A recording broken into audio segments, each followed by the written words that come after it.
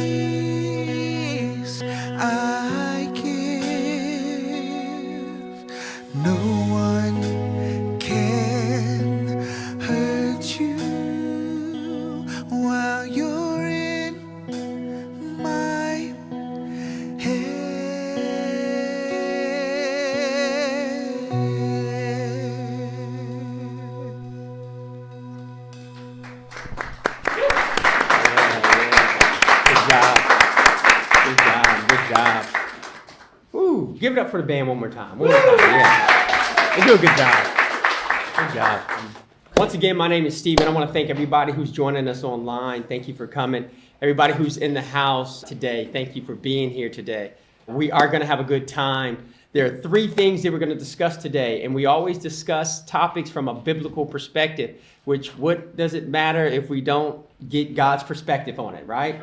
Like, what does God say about it? I think that's the most important thing. So we're going to talk about three things today. We're going to have a fun time. The first thing is very good, right? Like, I feel like that God always gives you a word just in time for your situation. Or if it's not just in time, like before the incident, it is during the incident. Like God is the kind of a faithful God that he's a present help in the time of trouble. Think about that. He's a present help in the time of trouble. So he's either giving you a word right before you hit your situation and whatever you go through, or he gives you a word during your actual situation so you can come out of it. That's what we love about God, because God always wants us to shema, to hear him, to obey him, and to transition with him, grab a hold of his hand and walk with him, right?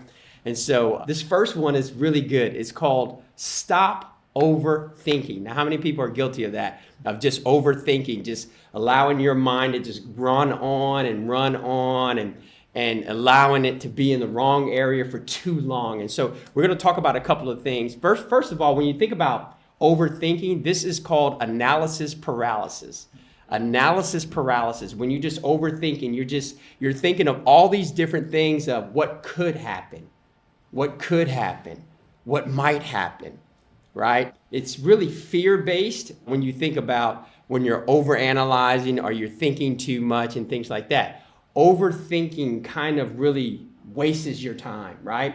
Because it stops you from being productive. I want to read a verse real quick. It's Matthew chapter 6, verse 27, and this is what it says right here. It says, you cannot add any time to your life by worrying about it.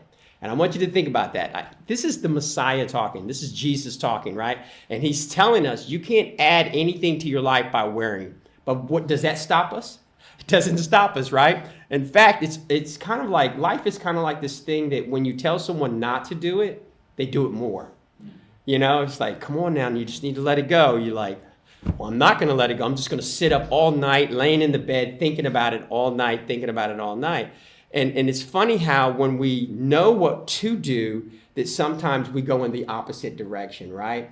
And this is the key. When you kind of think about this, Matthew chapter 6, verse 27, and you think about what the Messiah is saying, he also says, don't worry, don't be anxious for anything. And so when you kind of think about those things, it's very important that you ask yourself, well, what am I doing with my mind? What am I doing with my thoughts? Am I worrying about things that I cannot control? Am I worrying about things that are out of my control? And just because it's out of your control doesn't mean that you won't worry about it.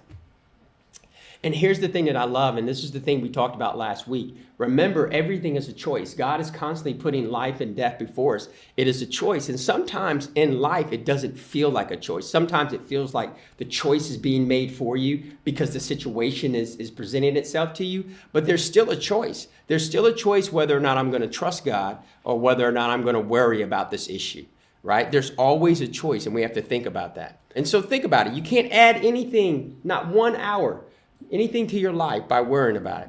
So I'm going to talk about three really quick things, really, when it talks about overthinking and kind of like putting this in perspective. The first thing is focus on how to be productive. So when you start to overthink, overthinking is just anxious thinking.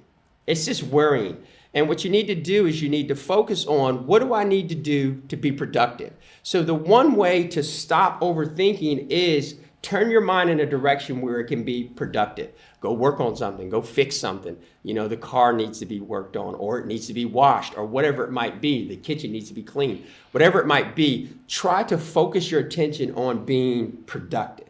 So think about overthinking is that you're probably just idle. You're just kind of by yourself. You're just sitting in the living room. You're just zoning out, overthinking, right? So don't allow your thoughts to drift to what could happen. Don't allow your thoughts. A lot of times when you think about overthinking, typically there's something that we talked about. I don't know if you remember this or not, but a way in which you hypnotize yourself is when you daydream. And so typically you're looking at something, but you're not looking at it. Your mind is somewhere else. You're hypnotizing yourself. And as you hypnotize yourself, you could be hypnotizing yourself to just whatever you're thinking about, magnifying that thing in you, just magnifying it, making it bigger and bigger and bigger. And before you know it, you can almost give yourself a full-on inward panic attack. Do you understand what I'm saying? Because you've dwelt on it so much, and it's all what could be. What could be. And some people are so good at dwelling on what could be that they dwell on it as it is. They're so good at it that it's like, no, this is. I'm telling you, this is. No, it could be.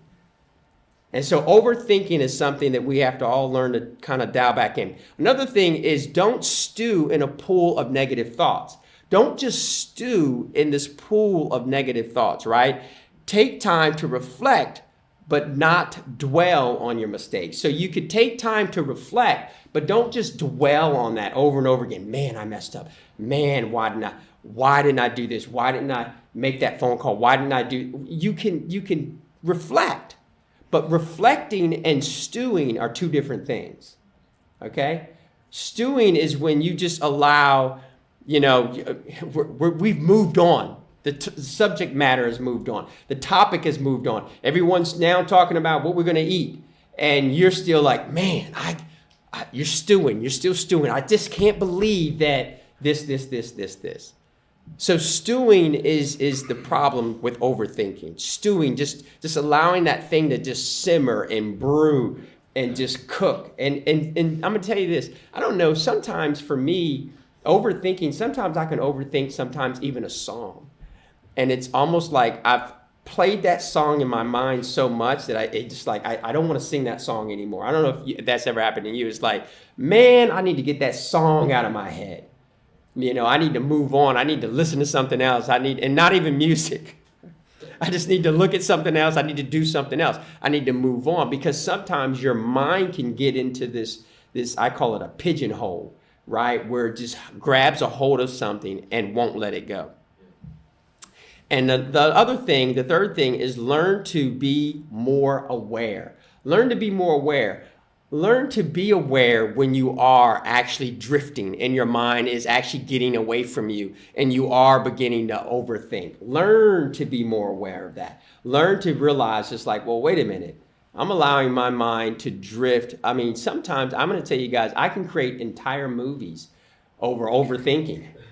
I have a whole narrative. I can create an entire movie. I can create all these scenarios. I can, assign all these different characters to these different people. And all it is just a figment of my imagination. It is me allowing my mind to run away, right? Just my imagination running away with me, right? So you got to reel it back in.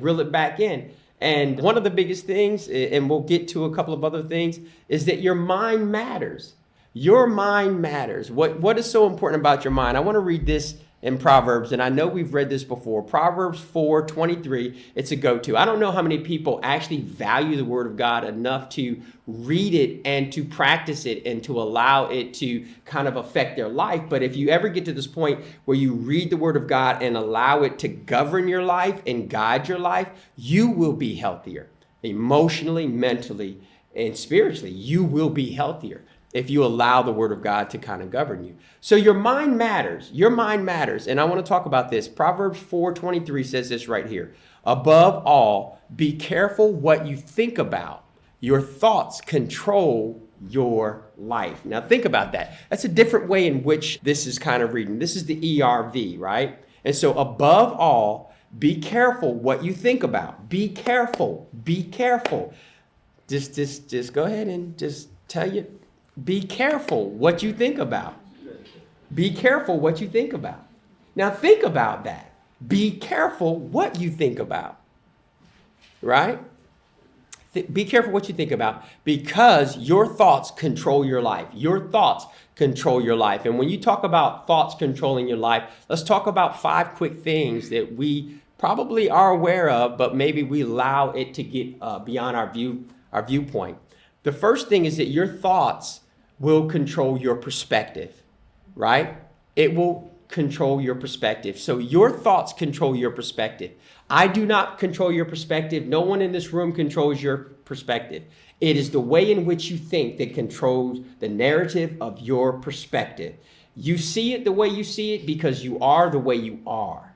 So your perspective, so that's why it's very important that you really kind of think about what you're thinking about, so that you realize that whatever you start to think about, your life will begin to go into a certain direction. It will begin to control. And I don't know about you, but I like to have control. I don't like my mind to just drift and my mind to be in control and me to feel like I have no control. I like to have control of my mind. I like to have control of my thoughts. I like to have control of my emotions. So one of the biggest things is that you have to realize is perspective is also built on circle. Regardless of what you may believe, your perspective will always be built on your circle of friends, your community. So if you find someone who pities himself quite often, you have to also realize that the reason why they pity themselves quite often is they're associating themselves with other people who also often pity themselves and love to pat themselves off on the back and love to make excuses. And so remember, perspective is built on circle, circle, circle, circle. And I just want you to look at it like this, because circle is you're in the middle and there's people who encompass you. And so your perspective, all you have to do is look at your circle, turn around and look around your circle. And then I bet you there you'll find your perspective. Okay. The other thing is this right here is that your thoughts are controlled in this way as well. Your ability to learn spiritually, your ability to learn and to adapt is based on, once again, your circle, but your thoughts. So your mind matters so much that your ability to even grow and understand things spiritually in a different way have a lot to do with your thoughts and the way you think. And if you're not exposed to, it's higher learning. If you're not exposed to better spiritual principles of thinking and understanding, then that will also affect and control your life. I feel that it's what the Bible says. My people perish from a lack of knowledge, a lack of knowing.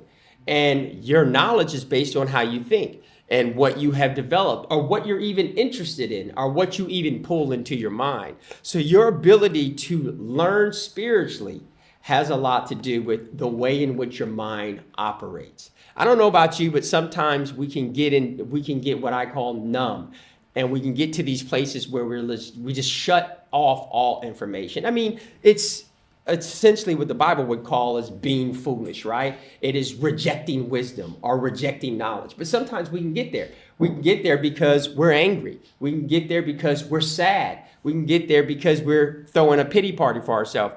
It doesn't matter what makes us get there, but we can get there for different reasons. The key is, are you able, when God throws you a rope, to grab a hold of that rope and get out, right? Like when God does give you the help. See, it's one thing to be in a rut and no one is helping you. It's another thing that God gives you a word. The most powerful thing that God could ever give you for your life is not finances. It is a word. It is an actual word. That's the most powerful thing that he can give you. And that's the thing that we are looking for in life. And that's the thing that we're depending upon in life. Here's the third thing. Your thoughts also will control your emotions. It will control your emotions. And so I don't know about you, but I don't like my emotions to get the best of me. Do you know what I mean? When you look back and you say, man, I responded wrong. Why did I allow myself to get so upset? I don't like my emotions to get the best of me, but your mind matters. And if you don't kind of think about what you're thinking about, which is above all things, be careful what you are thinking about, for your thoughts control your life. If you're someone who allows your thoughts to just randomly, it depends on the day. So that means I just open up my brain and I just say, whatever comes, I'm just going to react the way I react to whatever may come.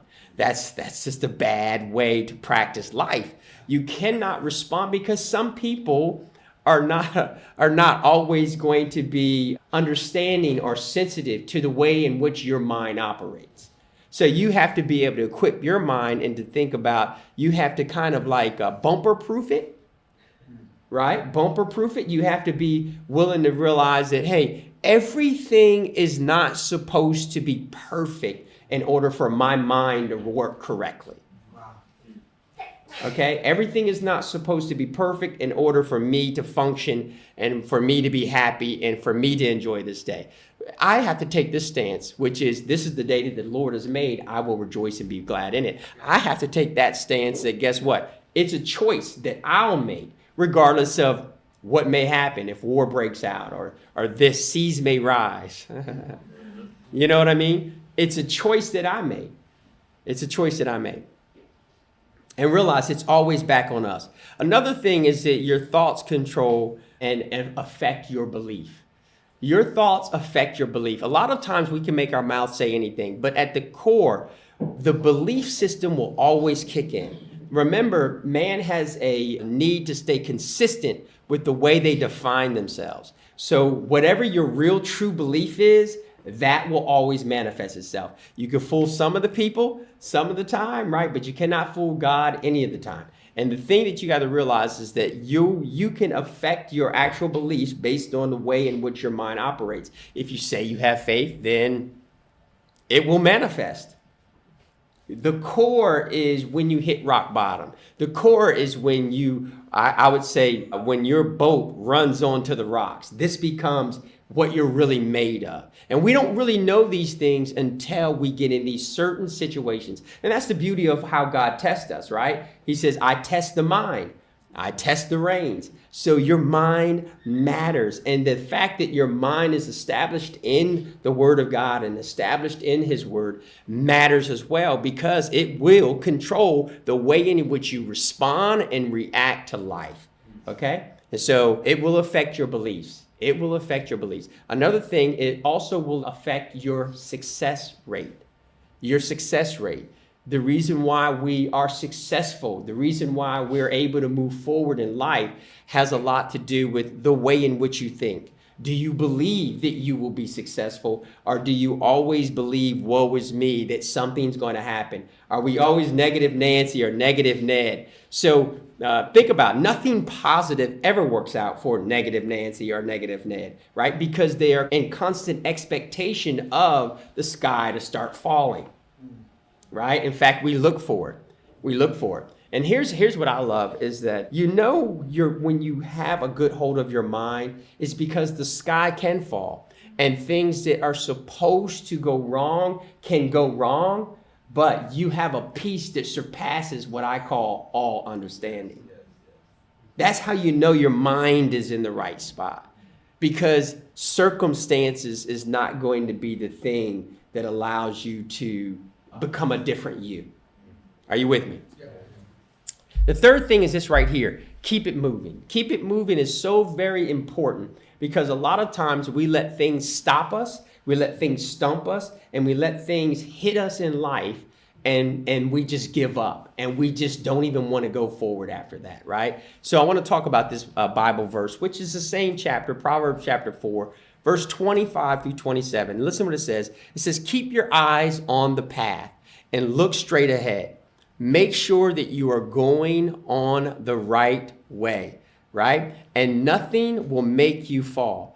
Don't go to the right or to the left, and you will stay away from evil. What does this mean? It's saying keep your eyes on what you're supposed to be keeping your eyes on. Sometimes the biggest distraction that keeps us from not moving forward is we're turning to the right and we're turning to the left. We're turning to look at what this person is doing or what that person is doing, rather than keeping your focus on what you should be doing and where you ought to be going, right? And so keep it moving is kind of something you need to tell yourself. You need to tell yourself internally, don't stop. Don't stop for nothing. When you start to better your life and you start to move your life in a better direction, you have to keep going. You have to keep it moving. You can't wait on other people, and you can't depend on other people to move along with you. You have to decide and determine in your life, I'm going to keep it moving. I'm going to keep going forward. I'm going to keep going in the right direction. So here's the thing that I would say is stay the course until you see the victory. Stay the course until you see the victory. You got to get all the way out. See, I think the thing with your mind matters and overthinking and all these different things is what we do is we stop short before we get the victory. Before our mind is really healed and before our mind is really better, we stop because we were doing good. How many people will say, well, I was doing really good and I wouldn't have quit unless, and there's always an unless. There's always an unless. I wouldn't have quit unless. I wouldn't have quit unless. And here's the key. You got to tell yourself, keep it moving. You got to tell yourself, no matter what, I'm not going to stop. I'm going to keep it moving. I'm going to keep going forward. I'm going to keep making progress with my life, with the way I think. I'm not going to stay in this place where you're always kind of like self-denial, where you're like, I'm getting better, but you're not getting better. I'm getting better, but I'm not getting better. Getting better means I'm moving forward. Getting better means I'm continuing on the same path, right? And here's the key, and I will say this too as well. You may give yourself permission to fail. And failure is fine as long as you learn from it, not to do it again. But to give yourself permission to fail over and over again with no remedy to that failure is not healthy for you mentally. So it's like you're not just going to accept, well, I'm not, because we love to do these things too. Well, I guess I'm just not perfect. Well, I guess I'm just not this. I guess I'm just not this. And this is really losing faith, as I would say it, right? Which is a couple of things that I would talk about, right? It's kind of like losing faith. And to lose faith, you must find despair. To lose faith, you must find despair. So it's like, what have you come into? What has your mind embraced, and what have you accepted about self and accepted about your life? Because I don't know about you. Some people, you ever heard the saying, misery loves company?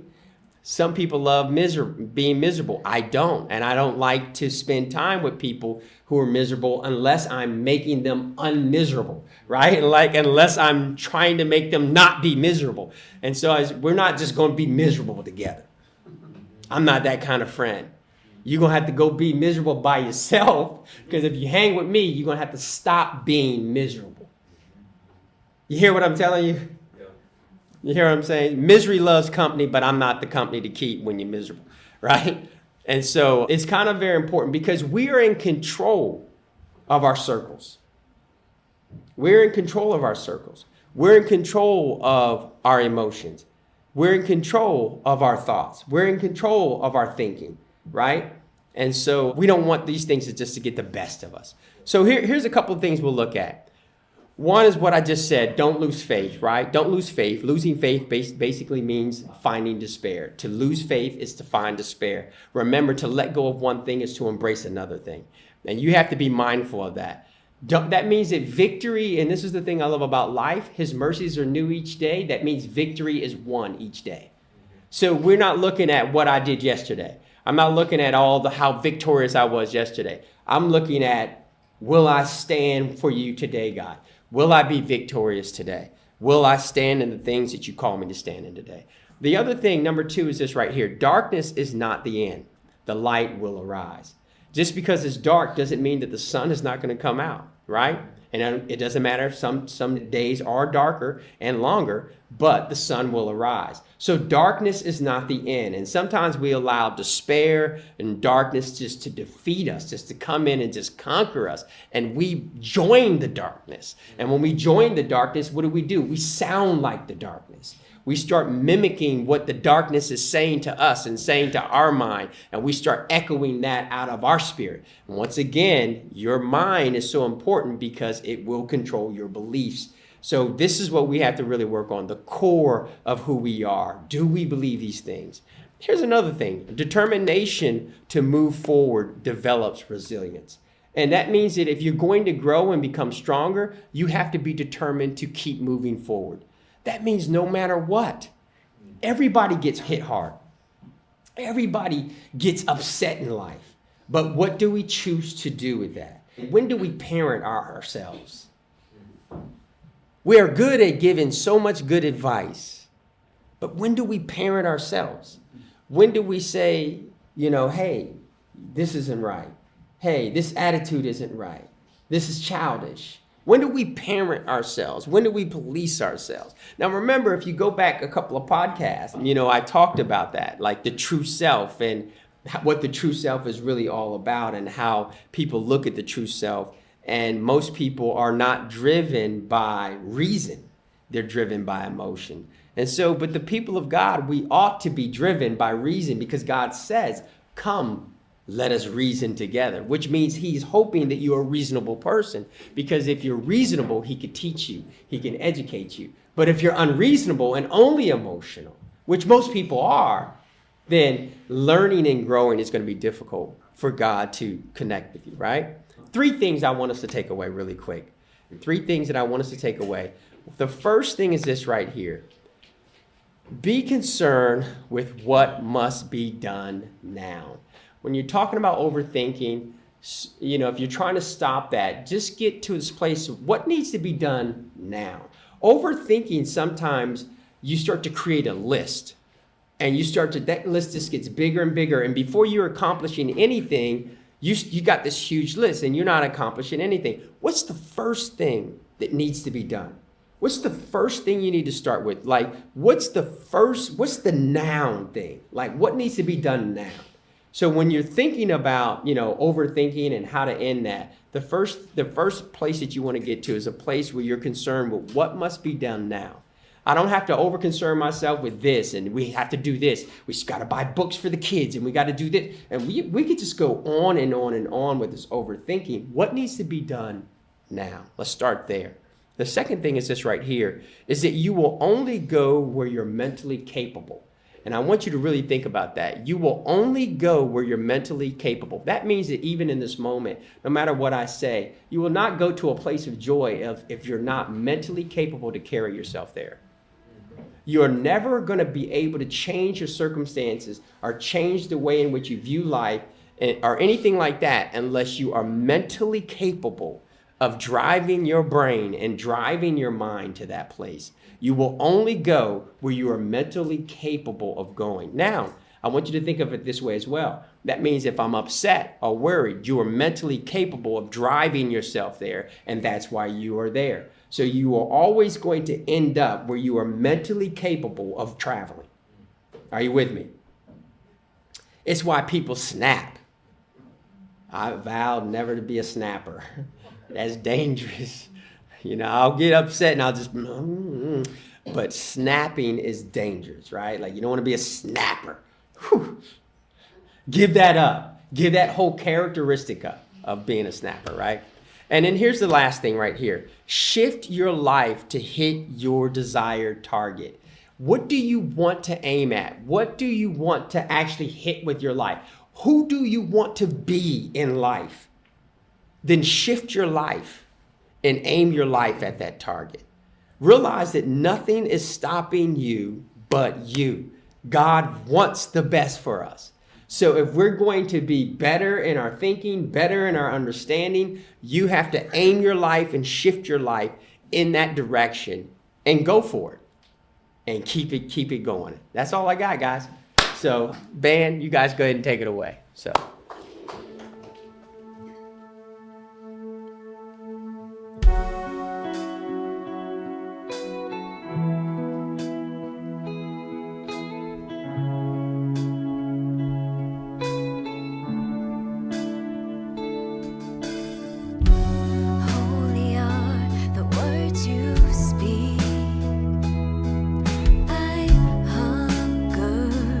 For your presence.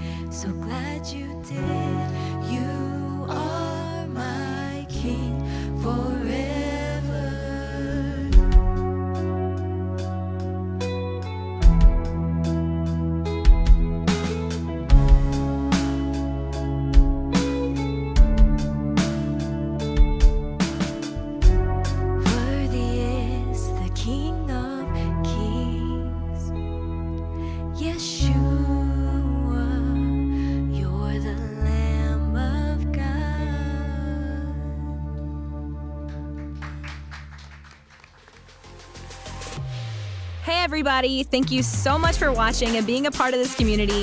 If you haven't already, be sure to subscribe. You're going to get weekly videos on building a growth mindset, cultivating grit, and unlocking your full potential.